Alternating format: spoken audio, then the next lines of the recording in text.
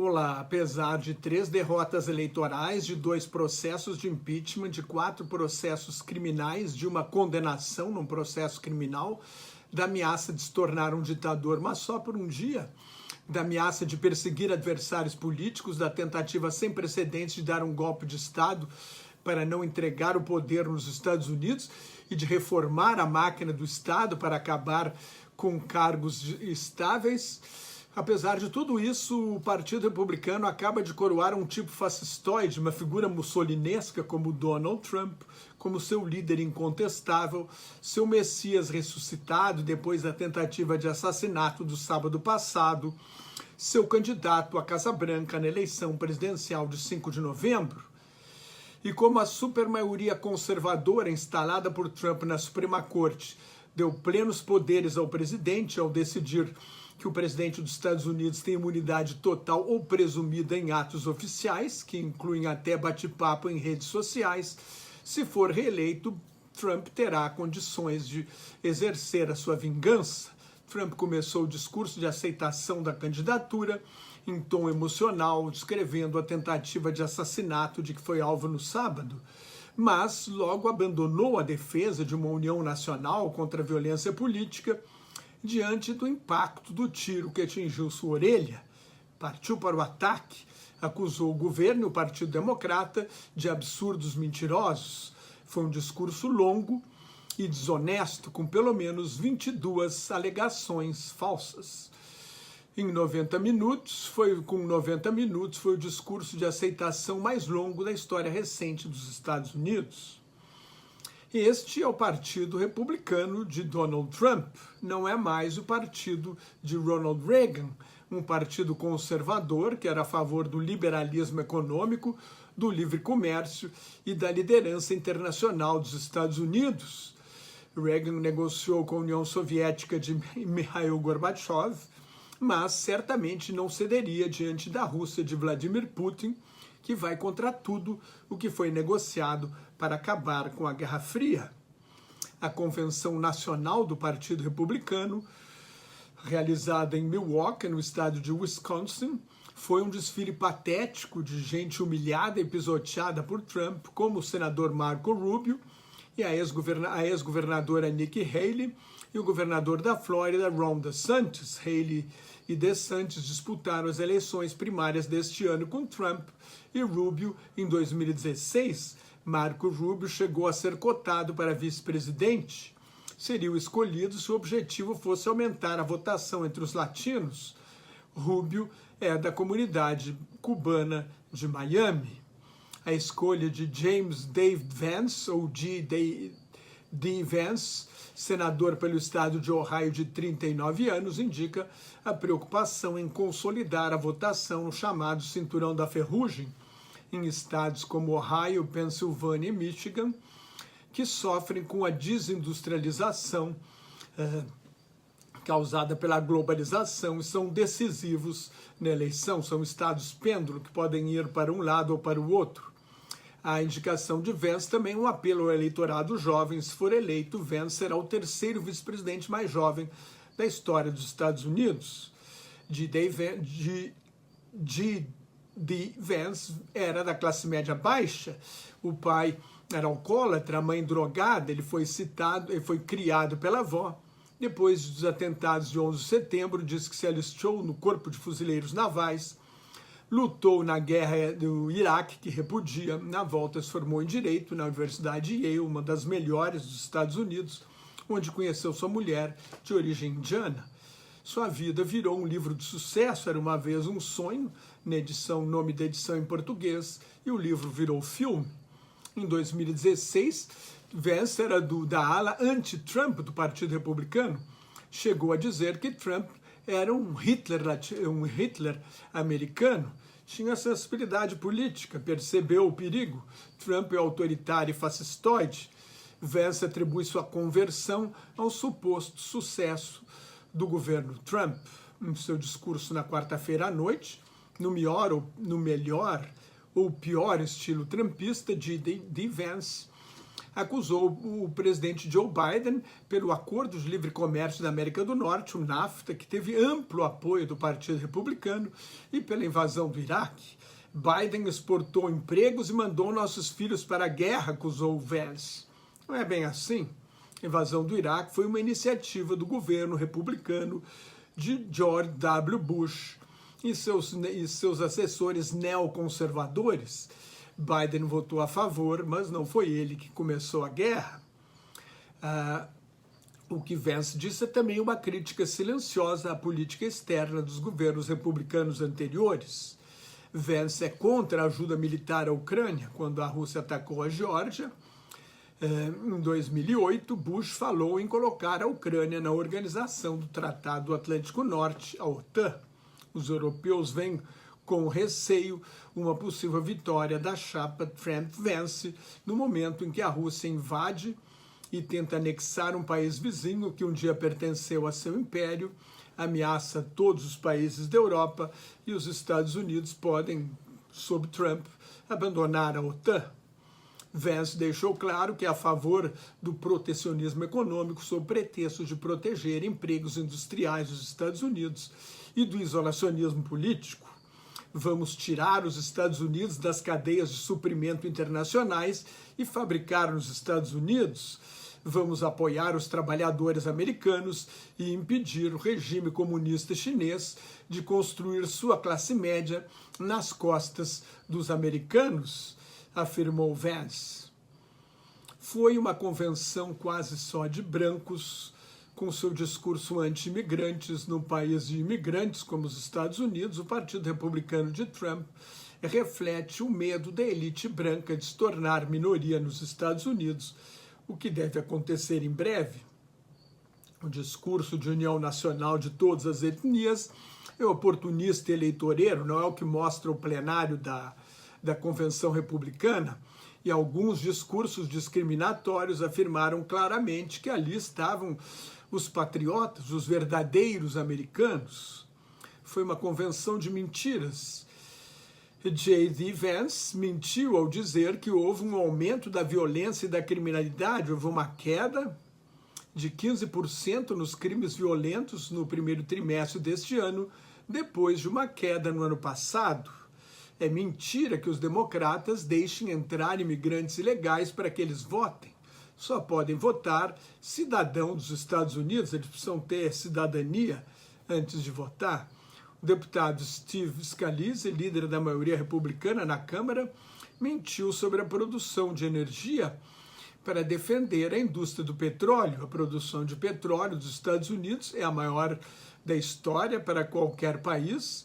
Os republicanos são financiados pela indústria do petróleo e negam que o homem seja responsável pela mudança do clima, pelo aquecimento global. Um dos seus slogans é "Perfure, baby, perfure", "Drill, baby, drill", em inglês.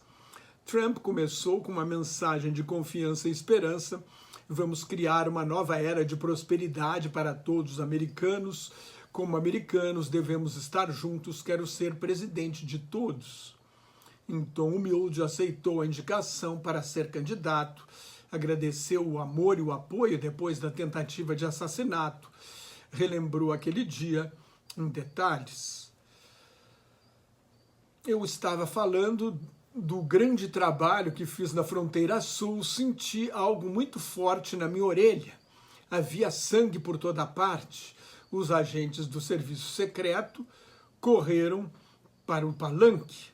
Me senti seguro porque tinha Deus a meu lado, afirmou Trump, alimentando assim, entre o eleitorado religioso, a ideia de uma intervenção divina para salvar um salvador da pátria.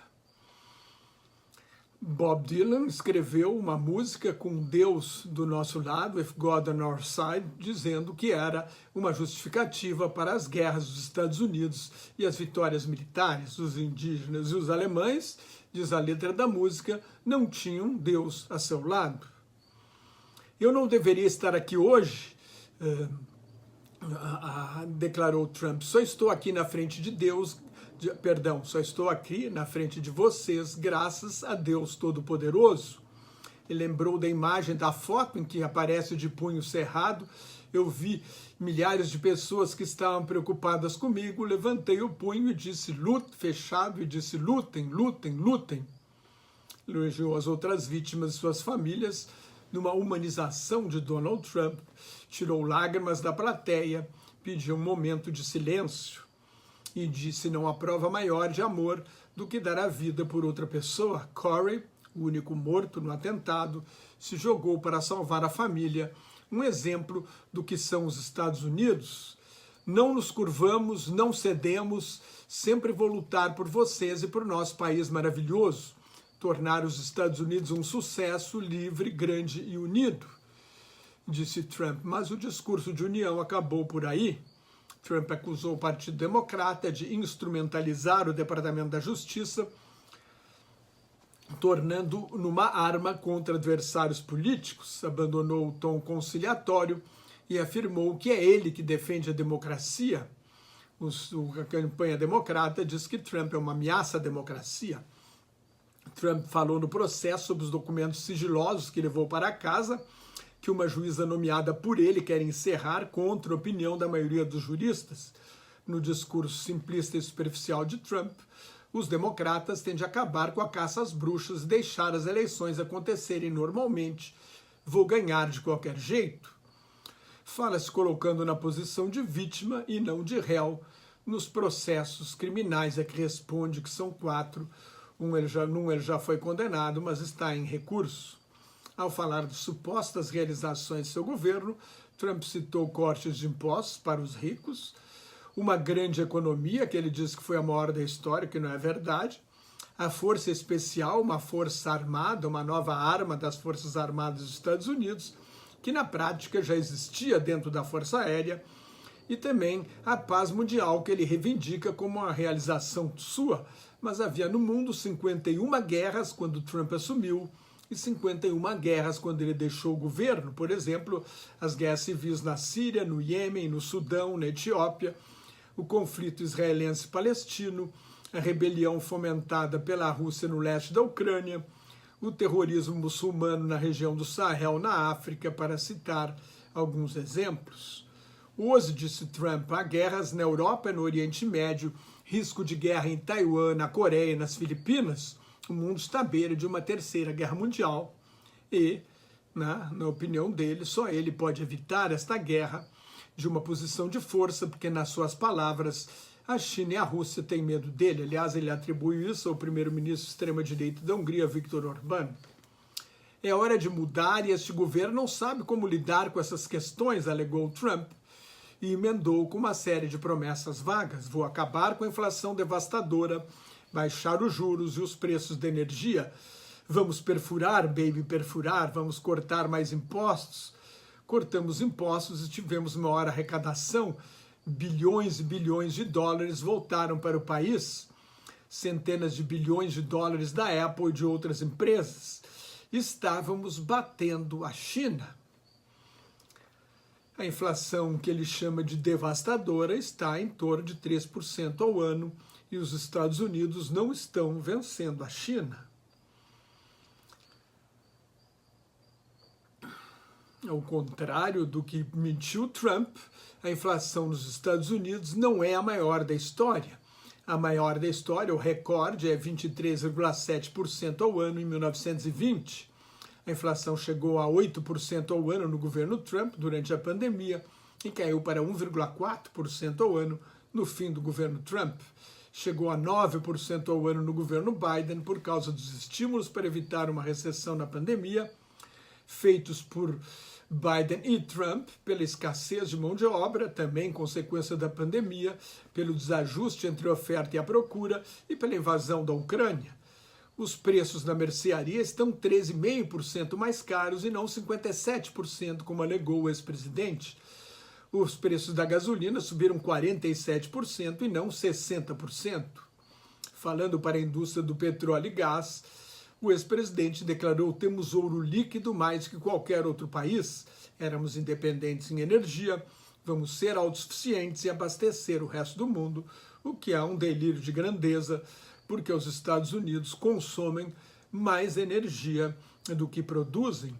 mesmo sendo os maiores produtores mundiais de petróleo do mundo, os maiores produtores de petróleo do mundo, com 12 milhões e 900 mil barris por dia no ano passado, em média, os Estados Unidos são importadores de energia porque consomem 20 milhões e 600 mil barris de petróleo por dia. Trump e os republicanos são contra o programa de transição energética para uma economia mais verde, com menos consumo de combustíveis fósseis, gás, carvão e petróleo, para combater o aquecimento global. Aliados à indústria do petróleo e do gás, os republicanos chamam o novo Pacto Verde, proposto pelos democratas, de nova farsa verde. São negacionistas da mudança do clima. Trump quer acabar com o acordo que Biden fez com as fábricas de automóveis para que, a partir de 2030, metade dos carros fabricados nos Estados Unidos seja elétrica. Outra promessa falsa: vou acabar com a imigração ilegal, fechando a fronteira sul. Isto é uma invasão que está matando centenas de milhares de pessoas por ano. Primeiro, o governo Biden já fechou a fronteira ao proibir quem entra ilegalmente nos Estados Unidos de pedir asilo político ficando no país. Em segundo lugar, o número de homicídios nos Estados Unidos no ano passado foi de 20.958, muito longe de centenas de milhares. E os imigrantes legais e ilegais são presos menos proporcionalmente do que os norte-americanos. Não é verdade que sejam traficantes, assassinos e doentes mentais, que a criminalidade esteja diminuindo no resto do mundo, nem que a criminalidade tenha caído em 70% em El Salvador e na Venezuela, porque os países estão enviando seus criminosos para os Estados Unidos. Não é fácil entrar por nenhuma fronteira dos Estados Unidos. No esforço para conquistar votos de segmentos do eleitorado que costumam votar no Partido Democrata, Trump perguntou quem é mais prejudicado pela imigração ilegal e ele mesmo respondeu: negros, latinos e sindicalizados. Os estrangeiros viriam tomar os empregos deles, mas não há dados de pesquisas científicas que confirmem esta hipótese. Ultra falsidade: vou proteger a segurança social e Medicare, um programa de saúde para idosos. Os democratas vão destruir, acrescentou Trump, Medicare e a Seguridade Social por causa da imigração ilegal que sobrecarrega o sistema. Não é verdade? Imigrantes ilegais não têm acesso à Previdência Social, a não ser que façam um registro falso. Neste caso, eles contribuem para o sistema se estiverem trabalhando e não se beneficiam porque seu nome não está lá. Trump ameaça expulsar 11 milhões de imigrantes ilegais, o que terá um forte impacto negativo no mercado de trabalho e na economia. Pode ser que seja só um argumento de campanha, mas ele deve fazer, se for eleito, uma deportação em massa. Mais arrogante ainda é a pretensão de Trump ao argumentar que, se fosse presidente, não haveria guerra na Europa nem no Oriente Médio, porque o Irã estava quebrado e agora, nas palavras dele, o Irã está perto de ter uma arma nuclear. Sim, o Irã pode ter uma arma nuclear, inclusive porque Trump rompeu o acordo nuclear negociado no governo Barack Obama, que submetia o programa nuclear iraniano a rigorosas inspeções da Agência Internacional de Energia Atômica, que é um órgão do Sistema Nações Unidas. Trump se gabou de ser amigo do ditador da Coreia do Norte, Kim Jong-un, dizendo que é bom ter contato com quem tem armas nucleares. Na prática, ele se encontrou 3 vezes com o ditador, legitimou Kim Jong-un sem conseguir negociar o desarmamento nuclear da Coreia do Norte, que era o objetivo maior. Ao contrário, Kim acaba de se aproximar do ditador russo Vladimir Putin, de olho em tecnologia de mísseis para ter capacidade de atacar o território dos Estados Unidos. Trump responsabilizou Biden pela caótica retirada do Afeganistão, mas foi o governo Trump que negociou um acordo com a milícia extremista muçulmana dos Talibã, sem exigir desarmamento nem um acordo de paz com o governo afegão da época apoiado pelos Estados Unidos. Não é verdade que os Estados Unidos deixaram para trás 85 bilhões de dólares em equipamentos militares que os talibãs estariam vendendo no mercado internacional hoje. Os Estados Unidos abandonaram armas no valor estimado de 7 bilhões de dólares. O ex-presidente também atacou a China, voltou a atribuir a pandemia do coronavírus de 2019 ao vírus chinês, citou um acordo para que a China comprasse 50 bilhões de dólares por ano em produtos agrícolas dos Estados Unidos. A China não cumpriu este acordo. Trump ameaçou impor tarifas de 100% a 200% em carros chineses fabricados no México para torná-los invendáveis no mercado norte-americano. Vamos aguardar aí para ver qual será a reação da China. Trump também acusou a China de cercar Taiwan e o governo Biden de passividade diante da visita recente de um submarino nuclear e outros navios de guerra russos a Cuba.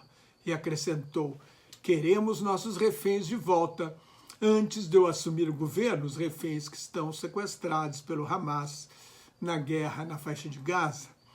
Voltando à tentativa de assassinato, Trump disse que o evento do sábado passado significa que cada segundo que estamos nesta vida é uma dádiva de Deus. Para encerrar, voltou a falar em união. Enquanto lutarmos uns contra os outros, não vamos realizar nosso potencial. O sucesso vai nos unir. É uma história de amor, de sacrifício e de tantas outras coisas. Hoje, humildemente, peço seu voto. Nunca vou abandonar vocês, todos os homens e mulheres esquecidos. Não estão mais esquecidos. Nada vai nos desviar, desacelerar ou parar. O futuro será grande e mais unido do que nunca. Muito depressa vamos tornar a América, os Estados Unidos, grandes de novo. Quem quiser ser iludido, que acredite. Trump é um fascista ordinário, sua eleição será um sintoma da decadência dos Estados Unidos, uma ameaça à economia e à paz mundiais. Se você gostou, assine meu canal no YouTube, que é de graça, leia o meu blog, Globalização em Crise, me siga no Twitter, no Instagram, no Thread, no LinkedIn e no Facebook, onde colaboro com o Grupo Quarentena News. Muito obrigado pela sua atenção. Até mais. Tchau.